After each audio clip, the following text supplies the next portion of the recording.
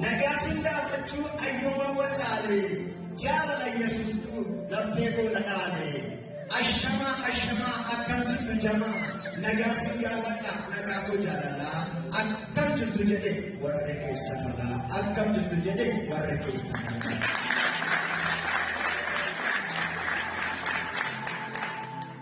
Ishoka baguma keessanii hundumti keessanii guyyicha yaadannoo kan ilma Waaqayyoo guyyicha yaadannoo kan ilma Waaqayyoo kan ilma Waaqayyoo.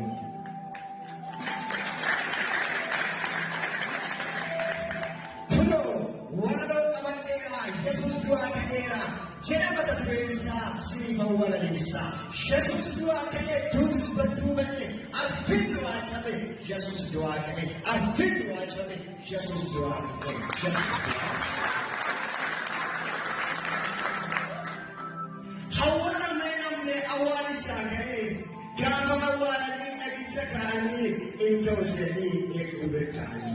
Yesuus jechuun furtuu shool fidee mirga baagan ta'e mootii du'anii seenaa addaa ka'e. Akkaan argamne seenaan akkas ture mootiin du'aa ka'e ilmaan namaa fuudhe. Mootiin du'aa ka'e du'aa kaasu alaa jirfaa fidee fakkeenya yoo kaasu. Mootiin du'aa ka'e du'aa kaasu. Alaa jirfaa fidee fakkeenya yoo kaasu. Maarree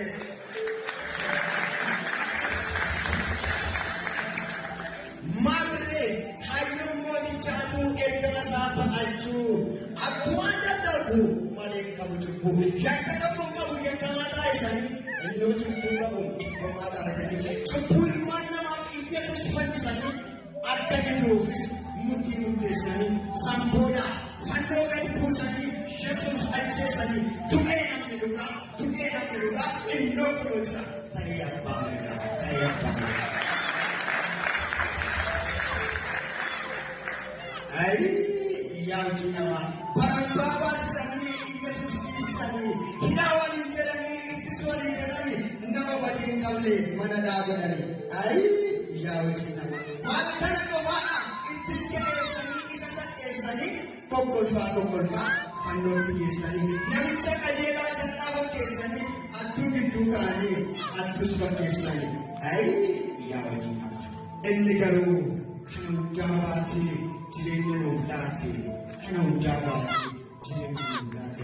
Gaaficha sagalitti kan inni iyyate sa'aa sagalitti gara Waaqayyootti yoosuma immoo dukkannis uffatee biyya lafaarratti inni kunis ta'e milikiin du'aati. Yesuus sagalee guddaadhaan Eelii lama sabaktanii jedhee waammannaan innoo Waaqayyoon Eeliyaas waammataa jedhan namoonni arrabsoo namoota yoom dhaga'enne arrabsoo namoota yoom dhaga'enne.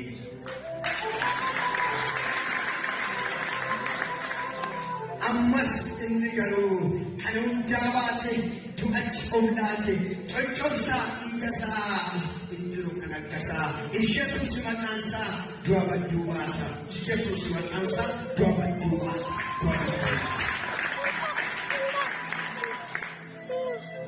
Marree seenaan Yesuus akkanaa yaadatamaa akkamiin dhagatamaa akkanaa yaadatamaa akkamiin dhagatamaa. Jechaa jenne malee Yesuus du'aa ka'ee erga du'aa ka'ee jireenya nuuf ta'e abboo siif hin galle malee naaf hin galle malee jiraachuu kee har'aa jiraachuu koo har'aa karaa ilma Waaqaa nuuf ta'e kaacaaraa karaa ilma Waaqaa nuuf ta'e kaacaaraa.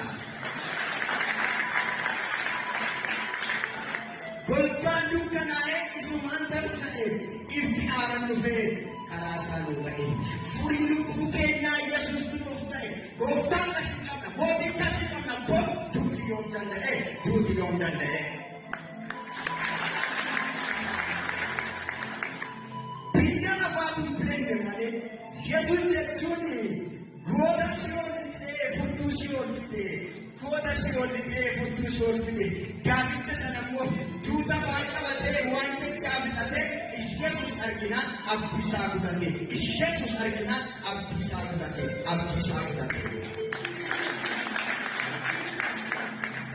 Maal kana qofaadha akka siree yaamate duuti dhumarratti ilmicha Waaqayyoo sun dandeenyaanoo sobdii fudhadhuuti furtuu ol gooti, sakkiiwwan nuti furtuu si ol gooti, jechuun garaati.